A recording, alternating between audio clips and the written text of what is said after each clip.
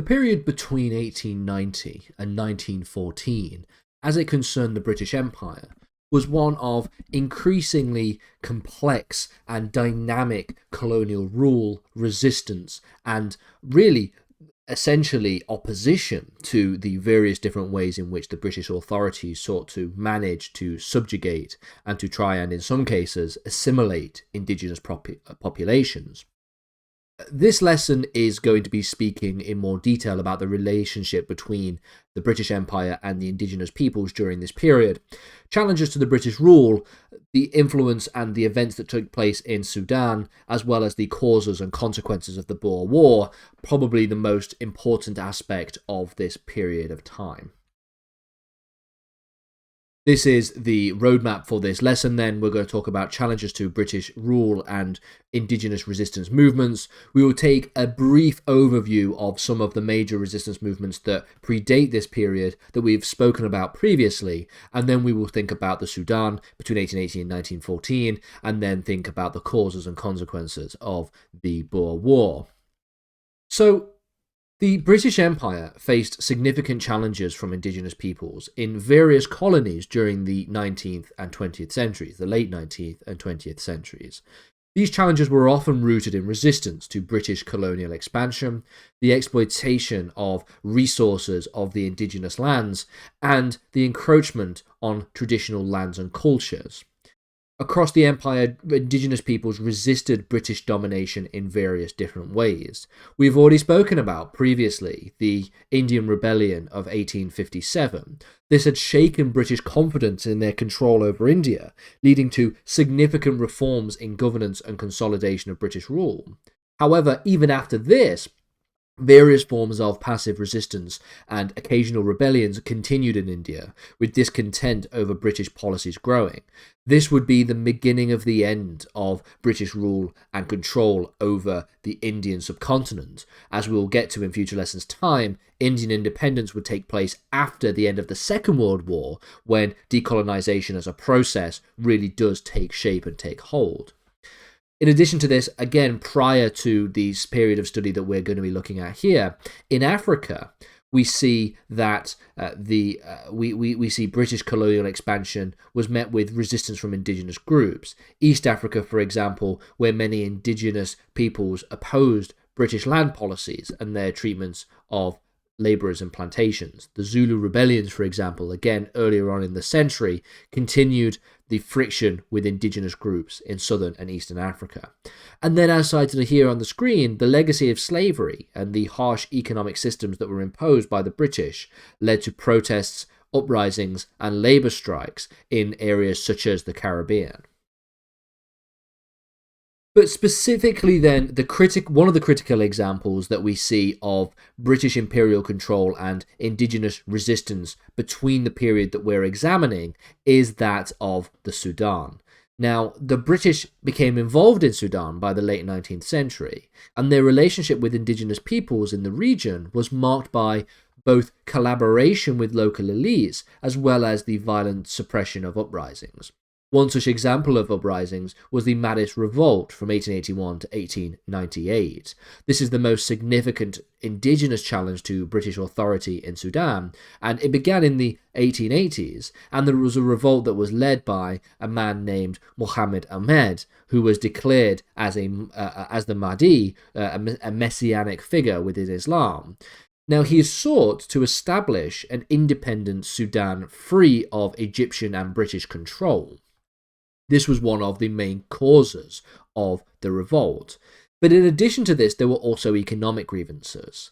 The Sudanese were angered, for example, by heavy taxation, forced labour, and the exploitation of local resources, often under the rule of the Egyptian Khedive, who was supported and essentially representative of a puppet of the British.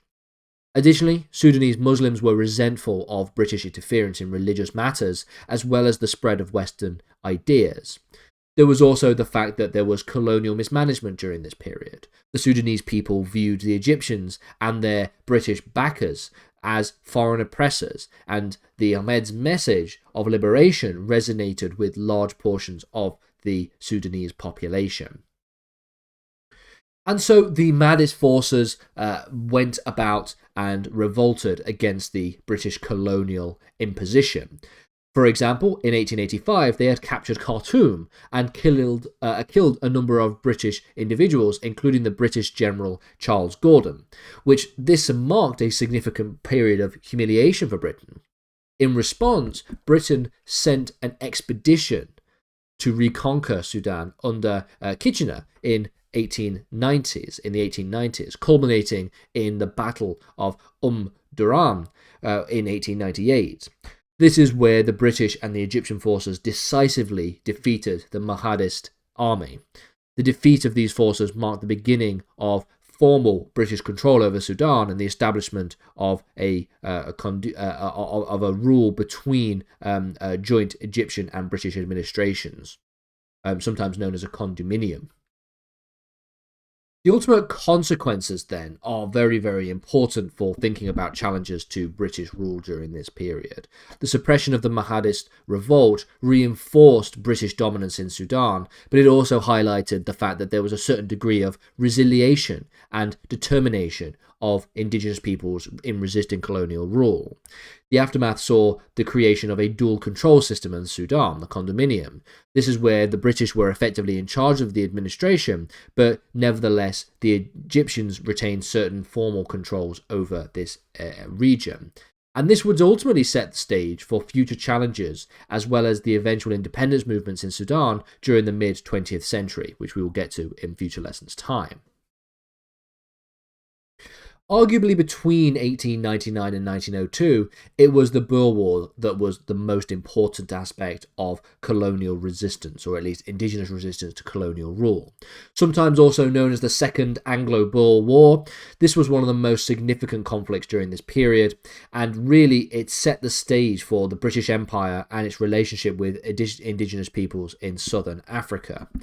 The causes of the Boer War were particularly multifaceted. It was a conflict that was fought between the British Empire and two independent Boer republics in southern Africa, known as the South African Republic, sometimes also more commonly known as Transvaal, and the Orange Free State. It was primarily driven by a number of factors. Firstly, you have the economic interests of this region. The discovery of gold, for example, in the South African Republic in 1886 made the region increasingly valuable, and the British were eager to gain control over these resources. The British settlers in the region, sometimes known as the Yolanders, demanded greater political rights, leading to tensions with the Boer government, which was dominated by the Afrikaner population. You also have the fact that there is imperial rivalry taking place during this period. The British sought to consolidate their control over southern Africa and bring all of the Boer republics into the auspices of the British Empire. The Boers, on the other hand, wanted to maintain independence and to resist British imperialism.